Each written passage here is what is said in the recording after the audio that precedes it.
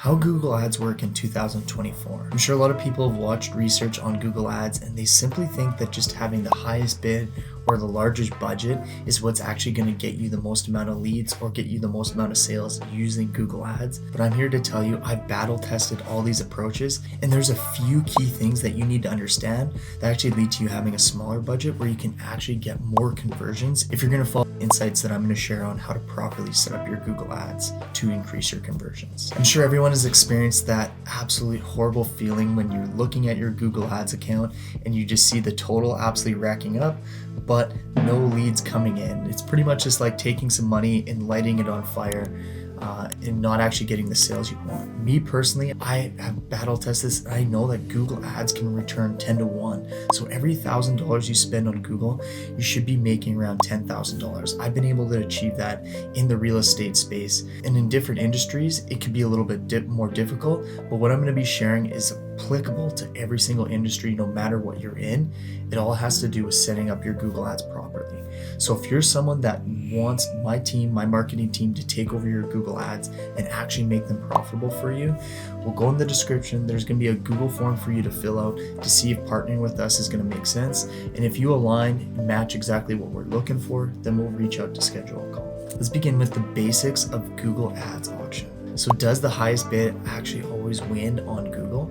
This does not seem to be the case. Google Ads is question-based searching. So every time a user types a query into Google, that is what's going to trigger your ad. But one of the key factors in terms of triggering that query is actually the ad's relevance to the question that's being asked by the consumer on Google. Just because you may have the highest budget, the quality of your ad and the quality of your copywriting and your quality of your keywords and eliminating certain negative keywords is what's actually going to trigger those queries and those questions that people type into Google search. So quality is king. The next thing you need to understand is the core targeting that Google Ads provides you. This is where Google Ads is superior than any other platform in terms of running their ads, is because it is so specific. You're able to really niche in and target audience, basing it off of what questions and keywords your people are going to be searching on Google when interested potentially in the product that you have to sell. So when you're doing your keyword research, is you want to really make sure you spend a lot of time and identify the quality score of these keywords, making your keywords based off what questions your consumers are most likely to ask Google when they're searching for this product. Next is your audience and demographics. You want to refine your ads based on user behavior. Their interests, their age, and their gender can all play a massive factor into who's potentially searching for your product. An example I'd like to give to this is if you're maybe selling foam rollers or some sort of trigger point massage ball, you targeting 13-year-old girls on Google probably doesn't make sense. This is probably going to be more in line with younger athletes than maybe some older people that are just experiencing aging and want to potentially use these products to alleviate whatever they're experiencing. So knowing that information, you can set up targets and audience specific to who you think your top customer is going to be. The time and day of the week, you can niche down on exactly what time and days your Google Ads show up. This is totally dependent on actually A/B testing this and seeing what works the best.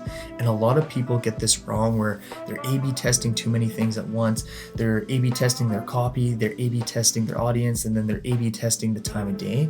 You have to make sure you get everything in order. You have to get your keywords right, then your audience, then you can test your date and time to see when most active people are looking for your ads in this industry.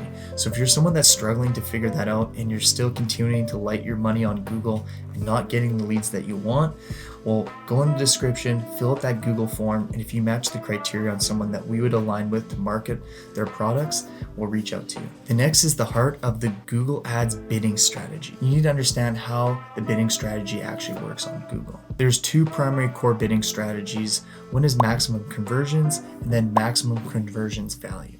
Maximum conversions is ideally for service-based business where Google will automatically adjust your bidding strategy when they think your ads will rank at the top of the page more frequently than your competition. This is very effective in the industry that I started doing Google Ads real estate, where Google will actually decide when it thinks that your ad is going to show up and perform the best. The next is maximum core value. This will be more in line with people with e-commerce businesses, where Google will set and optimize your bid in order to get you the max amount of conversions. And the really key here is patience. So many people will go around changing their bidding strategy, changing all their conversions, and not actually giving it enough time to mature and get the data. I can trust you, the people at Google are very smart and they've been doing marketing in this advertising game for a really long time. So just let your ads play the course so you can actually get that data and understand what's going to work best for your audience and your business. This is where a lot of people who run their own Google ads and have no experience doing it is they just keep every single day going in their Google ads account and trying to make minor adjustments and make little tweaks, and they don't actually know what ends up working or not. Just be patient. Get the data first and then start messing with certain things to see if it makes your ads perform better. Now leading into after you've had patience and you've given your Google ads some time to mature is we want to start optimizing there. So there's a few different ways that you can really start optimizing and making sure that your Google ads start performing better, or we've collected the data and we start going through things like eliminating negative keywords that were triggering your ads, or removing maybe some sort of keywords that have really high cost per conversion, eliminate that to have your ads perform better. So if you're someone that doesn't quite understand that, or your Google ads aren't doing as good as you want, and you'd like my team to help out with your Google ads, we'll go in the description, fill out that Google form. We'll see if your business matches the criteria on the person that we're looking to partner with.